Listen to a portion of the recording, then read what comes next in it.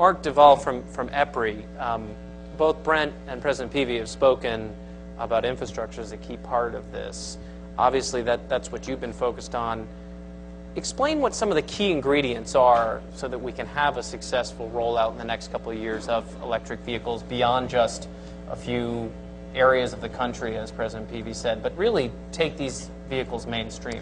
That's a really good point. And first, if you're going to make a difference with electric vehicles from society standpoint, you need a lot of them. You need much more than the 3% of new vehicle sales we have of hybrids today. You need as many as you can get. You need much more. So if it's not a chicken and egg problem, you have to have the vehicle out there. You've got to have a lot of them. People have got to buy them. Car companies have to make money selling them. So it has to be a normal part of the automotive supply.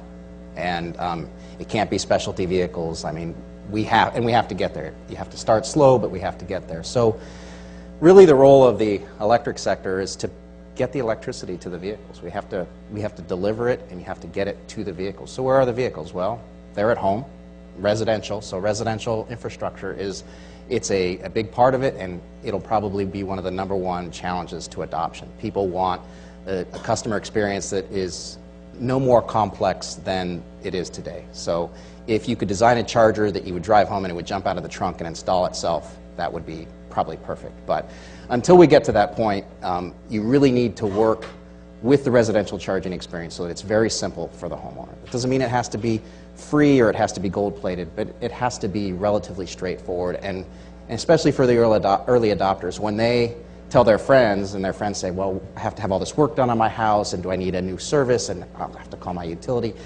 The answer needs to be, no, it was really easy. We had this process, and it went very quickly and very straightforward. And we've been studying this issue. The California utilities, many of them are here tonight for Pacific Gas and Electric, Southern California Edison, and Sacramento Municipal Utility District are here. We've been working on this for years, and they all have major internal programs on how they can accelerate this process and make it very easy. But that residential piece is big. And then next is what happens in commercial parking. If you're an employer, what do your employees do? Do they plug in when they get to work, or do you provide this for them? How do you set it up? Landlords who own real property. There are areas of the Los Angeles area where over 70% of the housing units are rentals.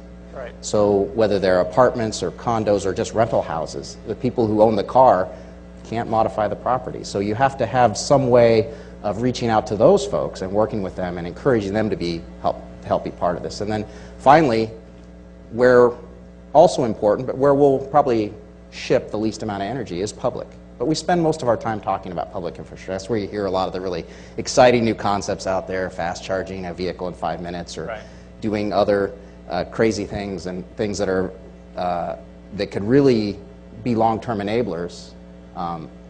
But at the end of the day, you have to have some public infrastructure out there. But it's going to be very expensive, and someone's going to have to pay for it. I mean, I keep thinking, I live in New York City. If I park my car on the street, is there ultimately going to be might not even be there. A parking toll that I can plug in. Exactly. Won't be there tomorrow. The car will be gone. Don't worry about the plug. The whole vehicle will be gone. If it's a nice Chevy Volt. And you just list, that is the #1 challenge. If for people that don't have the same parking space every day, right, what do you do? Right. I mean, that's a very difficult, expensive prospect. Senator, let's open the lens a little bit. California's always been a bellwether for the United States, and frankly, sometimes for the world, in terms of progress on environmental issues. You also have substantial challenges right now economically. We all know that. How are electric vehicles, in your mind, part of the solution in terms of where California's going on environmental protection, but also on creating new industries, whether it's directly in EVs and batteries and things like that, or other clean energy and clean technology industries that you want to foster? Well, we in the legislature, we get it in the sense that we've got to change the way in which we do business relative to our carbon footprint. We get that. We also get the fact that the economy is in a horrible state. I'm going to go back to the legislature in January, and we're going to be opening up, and we're going to be looking at a $20+ billion short.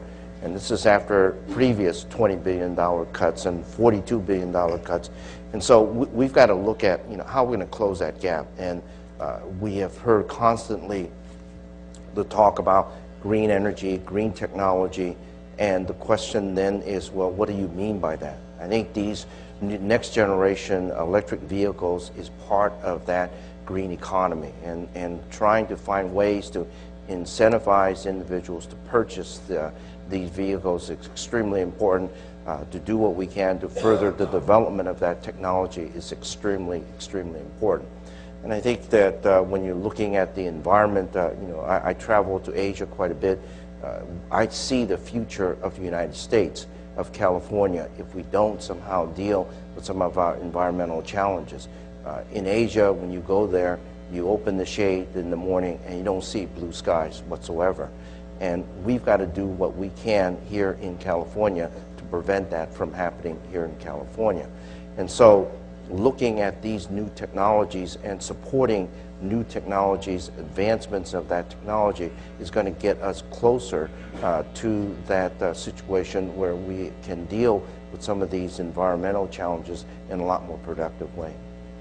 And how do you see your role relative to that of the U.S. government? I mean, there are federal tax credits for electric vehicles, but there are also things that can be done at the state level in terms of trying to create incentives for consumers to buy these vehicles, whether it's, access to preferred parking or HOV lanes. How will your role at the California level interact with the federal role? Well, we want to complement what the federal government is looking at, trying to provide financial incentives, either in terms of tax credits or other types of credits. But we at the state can, in fact, incentivize individuals purchasing these cars. We've done that in the past with these particular stickers that allows vehicles to get onto HOV lanes. And we have a bill that hopefully in January we're going to be able to move forward that will allow cars like the Vogue to access these HOV lanes. And so through those kinds of policies, changes, we can then incentivize individuals to purchase these particular cars. And we've got to do that. The state of California, if we are going to move forward with a green economy, need to support these kinds of technologies, advancements of technologies. And one of the ways is to allow these vehicles to go on to HOV lanes.